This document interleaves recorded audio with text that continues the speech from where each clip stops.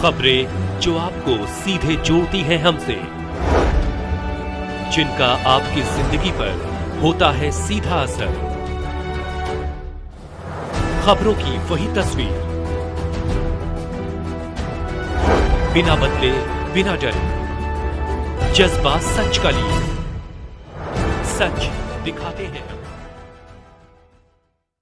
केंद्रीय मंत्री श्रीमती अनुप्रिया पटेल ने अपना दल इस के 2 दिवसीय वैचारिक मंथन सह प्रशिक्षण कार्यक्रम का किया उद्घाटन। प्रशिक्षण कार्यक्रम में केंद्रीय मंत्री ने कहा, सोशल मीडिया पर फैलाए जा रहे अफवाहों का तार्किक ढंग से जवाब दें। वाराणसी 2 सितंबर ज्ञान व सांस्कृतिक विरासत की ऐतिहासिक नगरी वाराणसी में अपना दल इस की राष्ट्रीय अध्यक्ष एवं केंद्रीय वाणिज्य व उद्योग राज्य मंत्री श्रीमती अनुप्रिया पटेल ने कहा, हमें अपने बूथ कार्यकर्ताओं को समझाना है कि वे अपने बूथ पर जनता का साथी बने, जनता का मददगार बने, जनसेवक बने, जनता के दुख सुख में खड़े हों तो आप जनता के स्वतः साथी बन जाएंगे। श्रीमती अनुप्रिया पटेल ने शनिवार को वाराणसी के शुभ लग्नम बैंकेट हॉल में पार्टी के राष्ट्रीय व प्रदेश स्तरीय पदाधिकारियों के 2 दिवसीय वैचारिक मंथन सह प्रशिक्षण कार्यक्रम के शुभारंभ के दौरान यह संदेश दिया। केंद्रीय मंत्री श्रीमती अनुप्रिया पटेल ने कहा कि पार्टी के सभी बूथ कार्यकर्ताओं को केंद्र व प्रदेश की एनडीए सरकार की जन कल्याणकारी योजनाओं के बारे में जानकारी होनी चाहिए, तभी हमारा बूथ कार्यकर्ता गरीब वंचित आम जनता का सही ढंग से सहयोग कर पाएगा। उन्होंने कहा कि आज इस प्रशिक्षण कार्यक्रम में हमें अपने कार्यकर्ताओं के त्याग व बलिदान को याद करने की जरूरत है। हमें यह आम जनता को यह संदेश देने की जरूरत है, अपना दल एक प्रेरणादायी बल है, हम सबको जनता से जुड़े रहना है, हमें अपने सीमित संसाधनों में अपने लक्ष्य को पूरा करना है।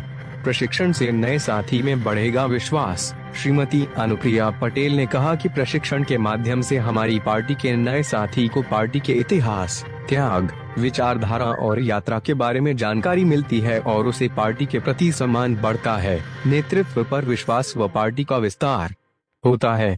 सोशल मीडिया पर तार्किक ढंग से दे जवाब। केंद्रीय मंत्री श्रीमती अनुप्रिया पटेल ने कहा कि प्रशिक्षण से ही हमारे अंदर अनुशासन आता है, हमारी तर्क शक्ति बढ़ती है और हर कार्य को समय से करने की इच्छा शक्ति प्रबल होती है। भविष्य की नई चुनौतियों को प्रभावशाली ढंग से निपटने के लिए प्रशिक्षण की जरूरत है। हमारे पदाधिकारियों को मानसिक और तार्किक ढंग से मजबूत होना है, ताकि यदि कोई व्यक्ति सोशल मीडिया अथवा चौक चौराहों पर पार्टी के खिलाफ अफवाह फैलाता है तो उसका जवाब हमें तार्किक ढंग से दिया जा सके।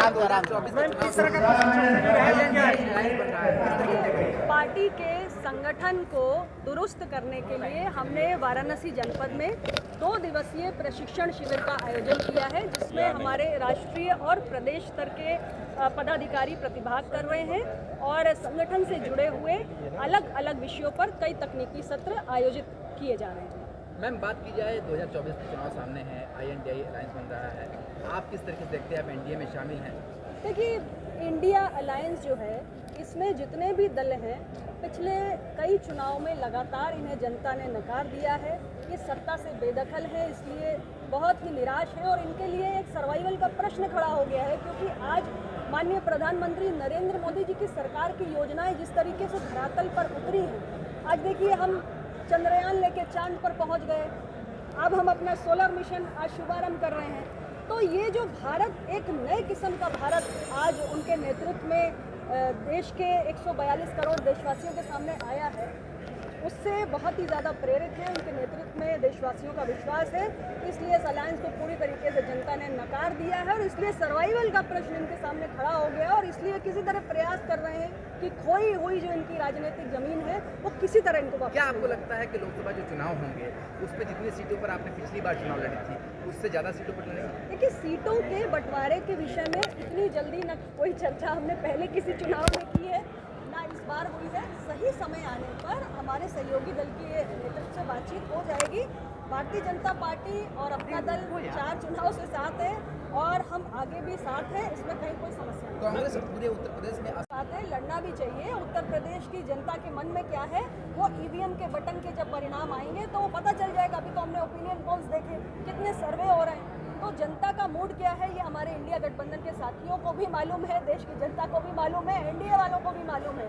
हमें सिर्फ जनता के सेवक के रूप में कार्य करते रहना है और 2024 में हमें पूरा विश्वास है कि जनता का अपार आशीर्वाद। प्रियंका गांधी बनारस, फूलपुर, प्रयागराज तीनों में से चुनाव लड़ सकती हैं, ऐसा उन्होंने कहा। देखिए, किसी भी पॉलिटिकल पार्टी का कोई भी नेता कहीं से भी चुनाव लड़ने के लिए स्वतंत्र है।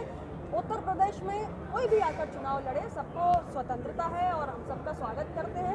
मैं एक पूरे विश्वास के साथ कह रही हूँ कि हमारे एनडीए गठबंधन को और प्रधानमंत्री नरेंद्र मोदी जी को सबसे ज़्यादा मजबूती अगर कभी किसी राज्य ने दी है तो उत्तर प्रदेश ने दी है और 2024 में भी सबसे ज़्यादा मजबूती एनडीए गठबंधन को उत्तर प्रदेश से मिलेगी। मैम, आप लोग एक देश एक चुनाव के लिए आप लोग तैयार हैं? देखिए, ऐसा है, एक देश एक चुनाव का जो विषय है ये नया विषय नहीं है, पुराना विषय है। लॉ कमीशन आप देखिए 1999 में इसके संबंध में रिपोर्ट दी, 2018 में दी, 2015 में पार्लियामेंट्री स्टैंडिंग कमेटी ने इसकी बात की। तो एक पुराना विषय है और मुझे लगता है कि अभी कोई इसका एक खास खाका या मसौदा सामने निकल के नहीं आया है, लेकिन जब भी आएगा इस पर विस्तृत अध्ययन भी होना चाहिए, विस्तृत बातचीत भी होनी चाहिए, सार्थक चर्चा होनी चाहिए। जब उसका मसौदा निकल के आएगा, उस पर कोई सार्थक चर्चा होगी, तभी कोई बात आगे बढ़ पाएगी। मैडम, मोहन भागवत जी का एक बयान आया कि हिंदू राष्ट्र, भारत हिंदू राष्ट्र का, लेकिन स्वामी प्रसाद मौर्य ने उसके अनर्गल बातें की जा रही है लगातार घोषित चुनाव को लेकर। उपचुनाव में हमारे एनडीए गठबंधन के प्रत्याशी बहुत मजबूती से चुनाव लड़ रहे हैं और मैं पूरे विश्वास के साथ कह रही हूँ कि हमारे गठबंधन के जो प्रत्याशी हैं वो भारी अंतर से इस सीट पर विजय प्राप्त करने आ रहे हैं। लगातार अखिलेश यादव तंज कस रहे हैं कि हमारी जीत होगी और एनडीए की हार होगी। जीत के दावे तो वो लगातार कई चुनाव से करते आ रहे हैं। 4 चुनाव में आप देखिए उन्होंने यही दावे किए हैं और हर चुनाव में मतदान में जनता ने उनके दावों को खोल के रख दिया। लाइट हटाएंगे।